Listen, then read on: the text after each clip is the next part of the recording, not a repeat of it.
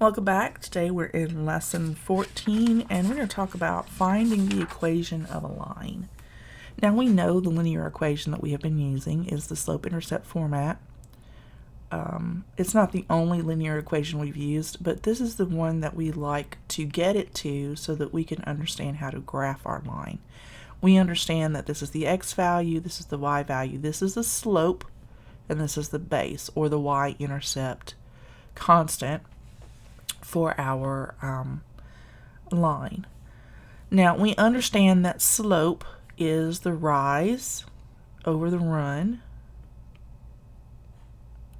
which literally translates into y over x.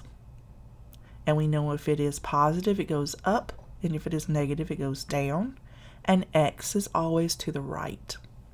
Okay? So we understand that about slope, or the m in here, that it is the slope, and that is what slope means. Well, there is a couple of different ways, or there are, sorry, incorrect grammar. There are a couple of different ways to determine the slope when you don't have the linear equation, but you are given points. So let's look at 14.1, and we are given these 2 points, -3 and 2, and +3 and -3. Now, one of the ways that we could find the slope of the line and find our intercept format linear equation is by graphing. We could easily graph a line here. It doesn't have to be very big because these are such small numbers. So we could graph this point, and that's going to be -3, +2, so 1, 2, 3, and 2. And then this is +3, -3, so 1, 2, 3, 1, 2, 3. All right, and there is our line from here to here. Now, all we have to do to find our slope is to, hold on just a moment. This line is not exactly where I want it to be. Let me zoom in so we could see that just a little bit better. There we go. So let me take this and put it where it needs to go. Right over here. There we go. Now it's right on the line. That makes all the difference in the world when you're trying to be accurate. So looking at it a little bit closer, we could see the lines a little bit better. So all we have to do to find the rise and the run is count. So we're going to find y. So it's 1, 2, 3, 4, 5. And we went down, so it's a -5. And then 1, 2, 3, 4, 5, 6. So that's our slope. The other thing we need to do is find where it crosses the y-axis for our constant. And where it crosses is right here at the halfway point between 0 and -1. So that's going to be a -1/2. So let me move this over just a bit. So our line is going to look like this. -5/6 times x minus, because it's a -1/2. That's going to be our slope of the line, and we did that. We found that by graphing and finding the y-intercept point. Now there's another way we could do that. We know that the slope is the rise and the run, but we also know how to find slope. If we remember from last year, it's the change in y, so y1 minus y2, over the change in x, so x1 minus x2. And it doesn't matter which one of these we consider point 1 or point 2, as long as they are the same here.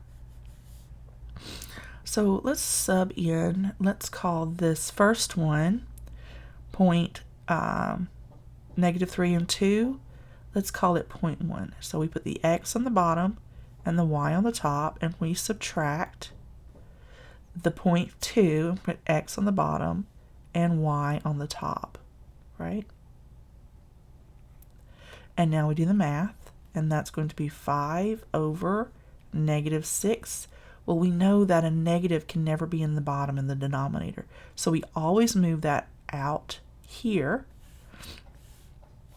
to the actual fraction. I'm going to do that a little bit neater. So move that out here, right? And whenever we move it out here, when we actually apply it, we move it to the number itself. So we would write this as y equals negative 5 over 6 x. So we got the first part. Now we just need to find our 1/2. So we know that x is going to be 0 when we have this 1/2 here. But how do we get to here? That is the question. So what we do is we take one of our points and we sub it in for this value in order to find b.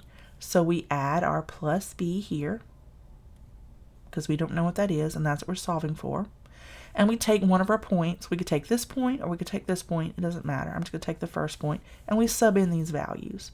So we drop in a -3 for x and a 2 for y. So 2 is going to be equal to -5 over 6, and that's going to be a -3 times -3 plus b, right?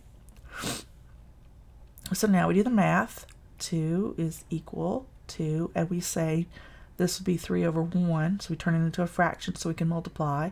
So it's going to be 15 over 6 plus b. So let's bring this over so we can perform our calculation. So we have 2 minus 15 over 6. Well, 2 times 6 is 12. So 12 over 6 is still 2, and we can do the math. That equals b, right? I'll bring that over this way since I'm running out of room. Actually, I'm not running out of room. Let me scroll up. So let me scroll up just a bit. There we go. That works. 12 minus 15 is going to be -3 over 6. And when we reduce that, that's going to equal -1/2 equals b. And if we were to do the other point, we would get the same answer. All right.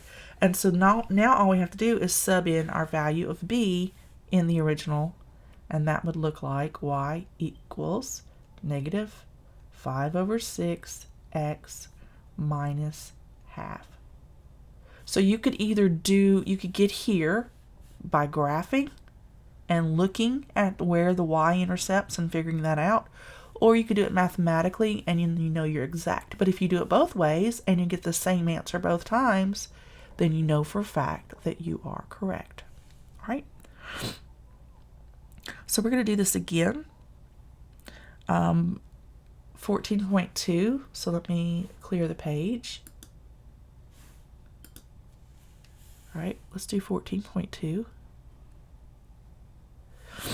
And we have a set of points. Actually, we have a point and a slope. So we are going to, we don't have to graph the point since we know the slope, so we can write it out. We have the point is -4 and 7, and the slope we're given is -3/5. So we can write it like this: y equals -3 over 5 x plus b. And we don't know what b is, but we could solve for b because we have 1 point that we could do so. So we just sub in. So 7 is going to equal -3 over 5 times -4 plus b. And we're going to put that over 1. And then we're going to do the math.